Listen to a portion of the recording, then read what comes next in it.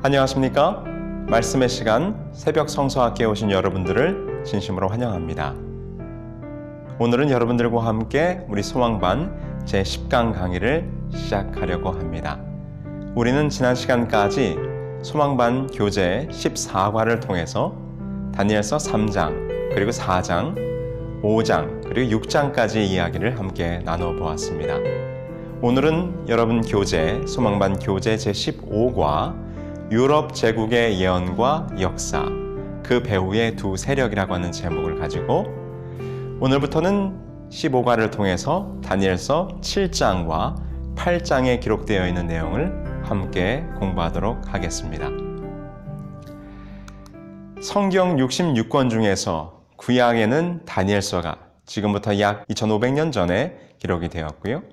신약에는 요한계시록이 지금부터 약 2000여 년 전에 각각 기록되었지만 이 두 책만은 바로 이 지구 역사의 최종점에 살고 있는 바로 이 마지막 시대를 위해서 주어진 특별하고도 독특한 예언서들입니다. 우리가 지금 이 소망반을 통해서 이 특별한 예언서들을 함께 공부하고 있지요. 다니엘서 12장 4절에도 기록하기를 다니엘아 마지막 때까지 이 말을 간수하고 이 글을 봉함하라.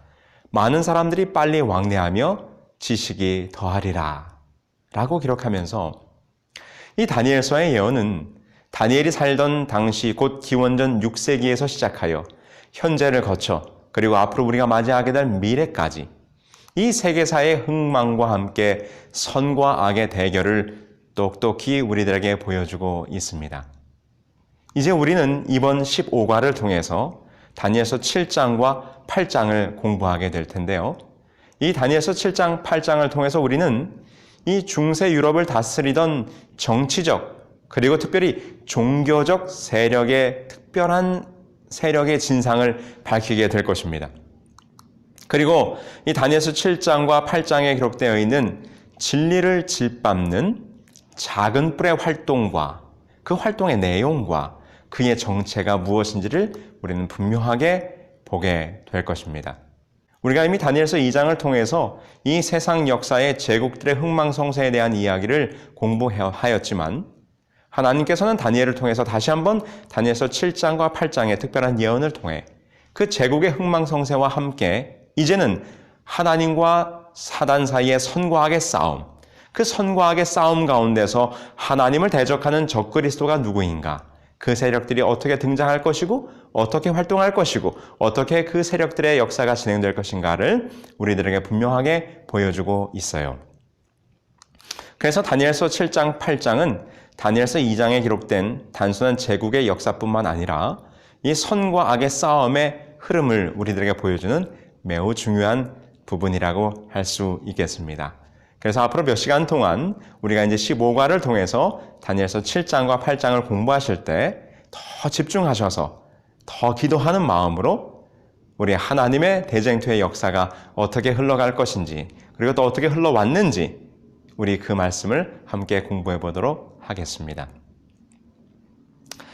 먼저 우리는 이 15과를 시작하면서 우리 교재에 기록된 대로 예언에 나타난 상징과 의미들을 먼저 우리가 좀 살펴볼 텐데요. 이 예언을 마지막 때가 될 때까지 하나님께서 주님의 선지자들을 통하여 우리들에게 기록으로 남겨주셨는데 이 기록된 귀중한 예언의 기별을 보호하기 위해서 하나님께서는 그 예언의 말씀을 있는 그대로 풀어서 기록하지 아니하고 상징을 사용하셔서 이 예언서를 기록하게 하셨습니다. 그러므로 오늘 우리가 이 예언서의 말씀을 공부할 때에는 그 말씀에 기록된 문자적인 내용을 통해서 그것을 그대로 이해하는 것이 아니라 그 기록된 상징들이 무엇을 의미하는지를 우리가 알아야 돼요. 그래야지만 예언의 말씀을 우리가 분명하게 해석할 수가 있는 것입니다. 그러면 오늘 교재를 참고하시면서 우리가 앞으로 읽게 될 다니엘서 7장과 8장에 기록된 예언들을 풀어낼 때 우리가 어떻게 그 의미들을 해석해 나가야 되는가 몇 가지 키워드를 우리가 함께 생각해 보도록 하지요. 첫 번째는 바다입니다. 우리가 곧 보게 될 예언을 보게 되면 바닷속에서 짐승들이 나오게 되는데 이 바다, 이 많은 물은 곧 무엇을 의미하는 것일까요? 이것은 백성과 많은 무리들을 의미하는 것입니다. 요한계시록 17장 15절에 기록하기를 내가 본 바 물은 백성과 무리와 열국과 방언들이니라 라고 이렇게 말하면서 많은 물은 곧 백성과 무리라고 성경 자체가 해석하고 있는 것이죠. 이사야 17장 12절에도 기록하기를 슬프다 많은 민족이 소동하였으되 바다 파도가 치는 소리같이 그들이 소동하였고 열방이 충돌하였으되 큰 물이 몰려옴같이 그들도 충돌하였도다. 역시 이사야서에서도 많은 백성들의 움직임을 파도가 치는 것처럼 많은 물이 몰려오는 것처럼 이렇게 묘사하면서 역시 바다와 많은 물은 백성들과 무리들을 의미하는 것으로 우리는 확인해 볼 수 있습니다. 그 다음 키워드는 바로 바람인데요. 바람은 전쟁과 싸움 그리고 재난을 의미합니다. 스가랴 7장 14절에 보면 다음과 같은 말씀이 기록되어 있어요. 내가 그들을 바람으로 불어 알지 못하던 여러 나라에 흩었느니라. 그 후에 이 땅이 황폐하여 오고 가는 사람이 없었나니 이는 그들이 아름다운 땅을 황폐하게 하였음이니라 하시니라. 여기 보면 바람을 불어 그 백성들로 하여금 여러 알지 못하는 나라로 흩었다라고 기록하고 있습니다. 여기서 바람은 곧 전쟁을 의미하는 것이고 전쟁으로 말미암아 많은 백성들이 여러 알지 못하는 나라로 포로로 잡혀갔음을 우리들에게 보여주고 있는 것입니다. 그러므로 성경에서 이 바람은 전쟁을 우리는 확인해 볼 수 있는 것이죠. 그 다음으로 우리가 예언을 공부하기 위해서 알아야 될 키워드는 짐승이에요. 우리가 곧 보게 될 다니엘서 7장에 보면 커다란 짐승들이 등장하게 되는데 이 짐승은 곧 이 세상 역사에 등장하게 될 나라 혹은 왕을 의미하는 것입니다. 다니엘서 7장 23절에 다니엘이 이 예언을 그가 풀어 이야기할 때 설명하기를 모신자가 이처럼 이르되 넷째 짐승은 곧 땅의 넷째 나라인데 라고 기록합니다. 그렇습니다. 이 짐승들은 곧 나라를 의미하는 것이다 라고 다니엘이 설명하고 있는 것이죠. 그 다음으로 우리가 알아야 될 키워드는 뿔입니다. 뿔은 곧 왕국 혹은 이 왕권과 같은 어떤 힘, 권력을 의미하는 것이죠. 다니엘서 7장 24절에 기록하기를 그 10뿔은 그 나라에서 일어날 10왕이요 라고 기록하면서 역시 이 뿔이 왕권, 어떤 권력을 가진 존재, 이 왕들의 출현을 의미하는 것으로 우리들에게 설명해주고 있습니다. 그 다음으로 우리가 보게 될 키워드는 바로 날개예요. 이 짐승들 가운데 날개를 가진 짐승들이 나오거든요. 이 날개는 곧 무엇일까요? 이것은 곧 매우 빠르다, 신속하다라는 그런 의미를 가지고 있죠. 하박국 1장 6절로 8절에 보면 마치 먹이를 움키려 하는 독수리의 나름과 같으니라 이렇게 기록하고 있어요. 새가 쏜살같이 날아갈 때 그 날개는 곧 신속함을 의미하는 것이죠. 예레미야서 4장 13절에도 기록하기를 보라 그가 구름같이 올라오나니 그의 병거는 회오리 바람 같고 그의 말들은 독수리보다 빠르도다. 우리에게 화 있도다. 우리는 멸망하도다 하리라. 역시 여기서도 독수리가 등장하는데 이것은 매우 빠르고 신속하게 등장하고 나타나게 될 것을 우리들에게 보여주고 있는 것입니다. 그 다음으로 우리가 또 알아야 될 매우 중요한 키워드가 있는데요. 그것은 바로 하루. 예언상에 기록되어 있는 하루는 실제 우리가 연대 계산 속에서는 바로 1년이라고 하는 시간으로 계산해야 한다는 것입니다. 이것이 바로 연일 원칙이라고 하는데요. 하루를 1년으로 계산하는 것입니다. 여기 성경절을 함께 보실까요? 에스겔 4장 6절입니다. 내가 내게 40일로 정하였나니 하루가 1년이니라. 그렇습니다. 여기 에스겔에 기록된 말씀에 보니까 40일로 너에게 기한을 정해주었는데 여기서 40일이란 말은 하루를 1년으로 계산하라. 이렇게 성경에서는 바로 이 예언적 시간의 개념을 하루는 1년으로 계산함을 우리들에게 보여주고 있어요. 민수기 14장 34절에도 다음과 같은 말씀이 있는데 너희는 그 땅을 정탐한 날수인 40일의 하루를 1년으로 쳐서 40년간 너희의 죄악을 담당할지니 너희는 그제서야 내가 싫어하면 어떻게 되는지 알리라 하셨다 하라. 이스라엘 백성들이 40년 동안 광야 생활하는 것, 여기서도 하루를 어떻게 해요? 1년으로 계산해서 그들에게 그 죄값을 물었음에 대한 기록이 나와 있는 것입니다. 그러므로 우리가 예언을 해석할 때 예언상에 기록되어 있는 하루라고 하는 시간 개념은 얼마의 시간으로요? 1년이라고 하는 시간으로 우리가 계산해야 됨을 우리는 연일 원칙을 통해서 발견하게 되는 것입니다. 아울러 다니엘서에 보면 때라고 하는 말이 나와요. 여기서 때는 곧 1년을 의미하는 것입니다. 다니엘서 11장 13절에 보면 몇 때, 곧 몇 해 후에 대군과 많은 물건을 거느리고 오리라 라고 기록하고 있습니다. 그러므로 성경에 기록되어 있는 때라고 하는 개념은 바로 1년이라고 하는 시간으로 역시 우리가 계산해야 함을 우리는 성경을 통해서 보게 되는 것이죠. 자, 이와 같이 우리가 몇 가지 우리가 예언 해석을 위한 상징의 키워드들의 의미들을 우리 성경을 통해서 한번 확인해 보았습니다. 이것이 앞으로 우리가 다니엘서 7장과 8장을 예언하고 해석하는 일에 쓰이게 될 매우 중요한 자료임을 여러분 기억하시고 우리 교재를 통해서 조금 더 자세하게 내용을 살펴봐 주시길 바랍니다. 자, 그럼 오늘 15가를 시작하면서 이제 다니엘서 7장의 첫 부분을 우리가 함께 열어보도록 하시죠. 다니엘서 7장 1절에 기록된 말씀입니다. 바벨론 왕 벨사살 원년에 다니엘이 그의 침상에서 꿈을 꾸며 머릿속으로 환상을 받고 그 꿈을 기록하며 그의 일을 대략 진술하니라. 다니엘서 7장은 지금 벨사살 왕 원년이라고 하는 시점을 우리들에게 알려줍니다. 벨사살 왕 원년에 다니엘이 꿈을 꾸고 그 꿈을 꾸었던 그 환상을 풀어서 우리들에게 기록하여 알려주고 있는데요. 그렇다면 이 다니엘서 7장은 도대체 언제 벌어진 사건일까요? 우리가 역사적으로 볼 때 벨사살 왕 원년은 기원전 약 550년경으로 우리는 추정하고 있습니다. 그렇다면 이 7장에 계시는 바벨론이 멸망하기 기원전 539년보다 약 10여 년 전에 기록되어진 하나님으로부터 받은 이상인 것으로 우리는 확인해 볼 수 있죠. 느부갓네살 왕은 바로 이때를 기점으로 13년 전인 562년에 사망했습니다. 그러므로 이 다니엘서 7장의 계시는 바로 다니엘서 4장과 5장 사이에 일어난 일입니다. 여러분, 다니엘서의 챕터들이 바로 이 연대기적으로 지금 배치되어 있는 것이 아님을 우리는 볼 수 있는 것이죠. 그래서 다니엘서 7장을 연대기적으로 배치를 한다면 다니엘서 4장과 그리고 바벨론이 멸망하던 다니엘서 5장의 사건, 그 사이 속에 기록을 놓으면 순서대로 배열이 되는 것이죠. 그래서 이 기간에 관한 바벨로니아의 자료들에 대한 정밀 조사를 보면 이 나보니더스 왕이 통치 마지막 10년을 이 아라비아의 테마에서 보내고 바벨론 멸망 바로 직전에 그곳으로 돌아왔다고 하는데요.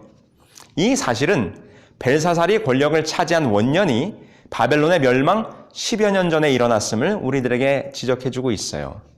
그래서 이와 같이 생각해 볼 때 다니엘서 7장에 제시된 벨사살 왕 원년이라고 하는 연대는 다니엘서 2장에 나오는 연대 약 50년 후인 기원전 550년경이 되는 것으로 우리는 확인해 볼 수 있는 것입니다. 자, 이때에 아직 바벨론이 멸망하기 전인 거죠. 이때 다니엘은 한 특별한 이상을 하나님으로부터 받게 됩니다. 자, 어떤 이상을 받게 되었을까요? 우리 함께 그 내용으로 들어가 보도록 하겠습니다. 다니엘서 7장 2절이죠. 하늘에 내 바람이 큰 바다로 몰려 불더니라고 기록합니다. 자, 우리가 방금 전에 공부했던 예언을 해석하기 위한 키워드를 우리가 여기서 적용해 봐야 돼요. 하늘에 내 바람이 큰 바다로 몰려 불더니라고 기록하고 있습니다. 바다는 많은 백성, 곧 이 세상 역사에 많은 백성들이 있는 역사의 무대를 말하는 것일 것이고, 여기에 4번의 바람이 불었다고 하는 것은 4번의 같지 않은 전쟁들에 의해서 이 신바벨론을 시작으로 하여 대제국들이 이 많은 백성들이 몰려있는 이 역사의 주무대였던 유럽에 때를 따라 휩쓸며 지나갈 것을 보여주고 있는 것입니다. 그 다음 장면을 보시죠. 다니엘서 7장 3절이에요. 그 큰 짐승 넷이 바다에서 나왔는데 그 모양이 각각 다르더라. 그렇습니다. 이 역사의 주무대였던 유럽을 중심으로 큰 바람이 4번 불어 제끼더니 거기서부터 4짐승이 나오는 것입니다. 이것은 바로 방금 우리가 설명드린 것처럼 4번의 큰 전쟁이 있은 다음에 그때마다 4제국들이 일어나게 될 것을 보여주는 것이죠. 이것은 다니엘 스스로도 설명을 하고 있어요. 다니엘서 7장 17절입니다. 그 4큰 짐승은 세상에 일어날 4왕이라. 그렇습니다. 이 4짐승은 4왕으로 해석했는데 이는 왕으로 대표되는 고대의 왕국들을 의미하는 것입니다. 바다로 표상된 인간 세상의 이해관계가 뒤엉켜 한바탕 큰 바람이 불고 나면 그 결과 역사의 새로운 주인공들이 나타나고 또 사라지는 흥망성쇠를 생생히 보여주고 있는 것이죠. 자, 그렇다면 오늘은 여러분들과 함께 그 첫 번째 짐승에 대한 이야기까지 함께 나눠보도록 하죠. 자, 다니엘서 7장 4절입니다. 그 많은 물 가운데서 바람과 함께 나온 첫 번째 짐승은 무슨 짐승인가? 다니엘서 7장 4절. 첫째는 사자와 같은데 독수리에 날개가 있더니 라고 기록합니다. 다니엘이 보았던 첫 번째 짐승은 사자로 상징되었어요. 그런데 그 사자는 보통 사자가 아니라 독수리의 날개를 가졌다는 것입니다. 그렇다면 이 사자로 표상된 이 짐승은 바로 4왕, 4제국 가운데 어떤 제국을 의미하는 것일까요? 그것은 바로 다니엘이 그 당시에 살고 있었던 신바벨로니아 제국을 의미하는 것입니다. 실제로 바벨론은 역사 속에서도 사자로 표상되었어요. 고고학적 발굴에 의하면 바벨론 성벽 조각에서도 많은 사자의 문양들이 발견되었다는 것입니다. 성경도 바벨론을 숲속의 사자로 표현하고 있죠. 예레미야 4장 7절로 13절에 보면 사자가 그 숲풀에서 올라왔으며 나라들을 멸하는 자가 나왔으되 라고 말하면서 바벨론을 사자로 표상하고 있어요. 예레미야도 역시 에돔 땅에 대한 바벨론의 침략을 설명하면서 사자와 독수리의 공격으로 묘사하고 있는 것이죠. 그래서 이 성경의 여러 선지자들뿐만 아니라 고고학적인 발견을 통해서도 이 바벨론은 바로 사자로 묘사되었음을 우리는 보게 됩니다. 흥미로운 고고학적 발견 하나 보실까요? 이스타르 게이트라고 하는, 바로 이스타르의 대문이라고 하는 거대한 성벽의 성문이 발견되었어요. 이것은 고대 바벨로니아 도성의 한 출입구, 성문이었는데요. 구운 벽돌로 만들어진 거대한 출입구였습니다.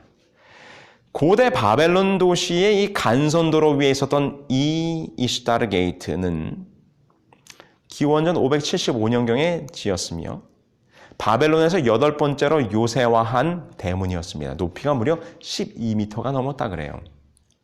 그런데 재밌는 것은 이 대문의 누각을 관통하여 돌과 벽돌로 포장된 행차의 길이라고 하는, 행진의 길이라고 하는 대로가 뻗어져 있는데, 그런데 이 대로의 양편에 보면은 바벨론 사람들이 믿는 이시타르, 아다, 특별히 마르둑이라고 하는 신들이 도시를 보호해준다고 하는 의미로서 사자나 황소, 용 등의 조상으로 이 길이 장식되어 있어요. 그런데 특별히 이 신의 중심부를 통과하는 행진하는 거리 양편에 120개가 넘는 사자의 상들이 늘어서 있었다라고 하는 것입니다. 사실 이 바벨론의 유물들은 거의 2000년 동안 황폐해진 상태로 방치되었다가 1899년부터 1917년까지 독일인이었던 콜더베이에 의해서 다시 햇빛을 보게 됩니다. 그러면서 이 콜더베이의 발굴로 말미암아 고대 바벨론 도시가 정말 사자와 같이 위대한 문명을 가지고 있었음을 우리는 보게 되는 것입니다. 실제로 이 고대 바벨론의 여러 증거들은 5세기의 그리스 역사학자였던 헤로도토스 그리고 그 밖의 고전 문학 작가들에 의해서 그 기록이 남겨져 있는데요. 이 네부카드네자르가 세운 바벨론은 약 10만 제곱미터에 걸치는 매우 거대한 큰 도시였다라고 기록하고 있어요. 유프라테스 강은 그 후 물줄기를 바꾸어가지고요, 이 바벨론 도성을 관통하여 흐르게 했고 그 성 밖으로 흐르게 해서 거대한 해자를 이루었음을 우리는 이미 알고 있습니다. 그 중심부에는, 이 바벨론 도성 중심부에는 마르두크 대신전인 에사길라 그리고 에테메난키라고 하는 지구라타라고 하는 거대한 탑이 있었어요. 이것은 이 기단의 한 면의 길이가 91m, 7개의 단으로 되어 있는데 그 높이가 무려 91m나 될 만큼 아주 굉장한 규모를 자랑하고 있었다고 하는 것입니다. 그 외에도 수많은 신전들이 그 바벨론 도성 안에 있음이 발굴되었어요. 아까 말씀드린 것처럼 이 에사길러로부터 북쪽으로 포장된 이 개선도로, 이 행차의 도로에는 범랑을 입힌 사자의 장식들이 조각되어 있었고, 또 황소나 용으로 꾸민 이스타라의 문을 지나면 시외의 작은 신전이 아키투 신전이 나오는데, 매 신년마다 신년 축제 때 마르둑이 이곳을 찾아왔다라고 하는 그런 기록이 남겨져 있습니다. 이와 같이 바벨론 도성은 참으로 대단한 도성이었어요. 동물의 왕, 사자로서 묘사될 만큼 그 문화와 그 규모가 대단했음을 우리는 보게 되는 것입니다. 우리가 잘 아는 것처럼 이 그리스의 전승에 의하면 공중정원이 있었다고 하지 않습니까? 바로 이는 헬레니즘 시대에 만들어진 볼트 천장을 올린 하부 구조 위에 초목이 덮인 계단식으로 동산을 만들어 놓은 그런 대단한 것이었어요. 세계 7대 불가사의 중에 하나로 간주되고 있는 것이죠. 이렇듯 콜더베이의 발굴로 말미암아 바벨론 도성의 그 규모가 굉장했음을 우리는 보게 되는 것입니다. 마치 동물의 왕, 사자처럼 말이죠. 그런데 오늘 다니엘은 이 첫 번째 짐승에 대해서 다음과 같은 예언을 합니다. 다니엘서 7장 4절이죠. 내가 보는 중에 그 날개가 뽑혔고 또 땅에서 들려서 사람처럼 두 발로 서게 함을 받았으며 또 사람의 마음을 받았더라 라고 기록하고 있습니다. 동물의 왕인 사자와 새들의 왕인 독수리로 상징되었던 바벨론, 그러나 후에는 날개가 뽑히고 사람의 마음을 받게 되었다라고 기록하고 있습니다. 이는 그의 세력이 약하고 사자의 용맹함이 아니라 사라의 마음처럼 연약하게 될 것을 예언한 것인데, 실제로요, 바벨론이라고 한 나라는 느부갓네살 왕의 통치 이후에 바벨론 보좌 위에는 하나같이 마음이 약한 통치자들이 계승을 하게 됩니다. 느부갓네살 이후에 바벨론의 왕들이 모두 다 나약했다는 것입니다. 특별히 마지막 왕으로 기록되어 있는 이 나보니더스는 정치와 군사에는 전혀 관심이 없는 학자풍의 왕으로, 정치와 수도는 섭정왕이었던 그의 아들 벨사살에게 맡기고 자신은 종교 생활과 특별히 고고학에 관심을 쏟다가 결국은 무력하게 페르시아에 의해서 패망하게 되는 것이죠. 그래서 다니엘이 예언한 것처럼 이 사자처럼 용맹했던 나라가 결국은 사람의 마음을 받아 유약하게 멸망하게 될 것을 예언했는데, 실제 역사 속에서 그렇게 되었다고 하는 것입니다. 바로 이 나보니더스와 이 느부갓네살 왕 이후의 왕들이 하나같이 그러했다는 것이죠. 자, 우리 나보니더스에 대해서 조금 더 살펴본다면, 나보니더스는 기원전 556년에 어린 왕 라바시 마르독을 밀어내고 왕좌에 올랐는데, 그는 바벨론 제국의 과거의 영광에 관심을 갖고 있었어요. 그런데 재미있는 것 하나는 이 나보니더스가 어떤 일을 했는가 하면 종교개혁을 운동했습니다. 어떤 종교개혁인가? 당시의 바벨로니아 주신은 마르둑이었어요. 그런데 그는 달의 신을 더욱 숭배하도록 하였습니다. 그래서 기존의 모든 백성들이 다 마르둑을 주신으로 섬겼는데 달의 신을 더 숭배하도록 했으니 거기에 대한 반발이 있었던 것이죠.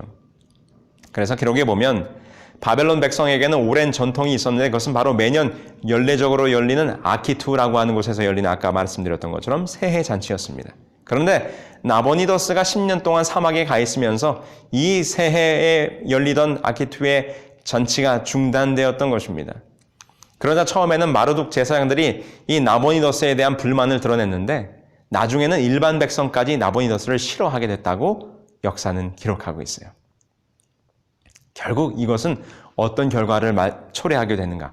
결국 이 나보니더스의 마르둑 대신 달의 신을 더 섬기라고 하는 그 나름대로의 종교개혁 때문에 결국 바벨론이 멸망하게 돼요. 왜 그런가 하면 바벨론을 침공했던 고레스 왕 키루스는 자기를 일컬어 뭐라고 얘기했는가 하면 나는 마르둑의 사자라, 이렇게 얘기했어요. 그러면서 그가 이 전쟁의 명분을 뭐에 두었는가 하면 마르둑 신에게 경배하는 것을 무시하는 이 바벨론 왕을 내가 멸하러 왔다라고 이렇게 이야기했다는 것이죠. 그래서 결국은 메데 페르시아에 의해서 이 바벨론 성이 공격당하게 된 것이죠. 결국은 사람처럼 유약한 마음을 가진 이 사자로 표현된 바벨론 제국은 멸망하게 됩니다. 누구의 예언처럼? 바로 다니엘의 예언처럼. 이것이 바로 다니엘서 7장에 기록된 첫 번째 짐승의 사건이었습니다. 자, 이제 그 다음으로는 어떤 짐승, 또 어떤 사건들이 벌어지게 될까요? 우리가 이제 그 다음 시간을 통해서 그 다음 짐승에 대한 얘기들은 함께 나눠보도록 하겠습니다. 우리 사랑하는 새벽 성서학교 형제 자매 여러분, 우리가 다니엘서를 공부하면 공부할수록, 예언의 내용을 공부하면 공부할수록 하나님께서 주신 이 예언에 따라 이 모든 세상 역사가 흘러갔음을 우리는 발견하게 돼요. 금으로 다니엘서 2장에 금으로 예언되었던 바벨론 성은 은나라에 의해서 망했지요. 오늘 다니엘서 7장에 용맹한 사자로 묘사되었던 바벨론도 결국은 사람처럼 유약한 마음을 갖고 사람처럼 유약해진 왕들 때문에 결국은 멸망하게 되는 모습을 우리는 보게 되는 것입니다. 오늘 우리는 또 어떻게 삶을 살아야 되겠습니까? 하나님이 우리를 향한, 우리 각자를 향한 하나님의 계획하심이 있을 줄로 압니다. 오늘 여러분들의 삶을 하나님의 계획하심 속에 두시게 되길 바랍니다. 오늘 하나님의 그 예언이, 하나님의 뜻이, 하나님의 계획하심이 여러분들의 삶 속에 이루어지게 되기를 간절히 소망하면서 오늘 시간을 마치도록 하겠습니다. 기도하실까요? 하늘에 계신 아버지 하나님, 오늘 다니엘서 7장의 첫 부분을 시작하면서 하나님께서 다니엘을 통하여 주신 예언의 말씀들이 다시 한번 성취되는 모습을 우리가 분명하게 보게 됩니다. 하나님, 오늘 우리들은 어떤 삶을 살아야겠습니까? 우리들을 향한 뜻이 있을 줄로 믿사오니 하나님, 오늘도 우리들의 모든 삶을 그 하나님의 뜻과 계획 속에 맡기고 하나님의 손에 의지하여 우리 이 하루의 삶을 살아갈 수 있도록 인도하여 주시옵소서. 이 모든 말씀 예수님의 이름으로 기도합니다. 아멘.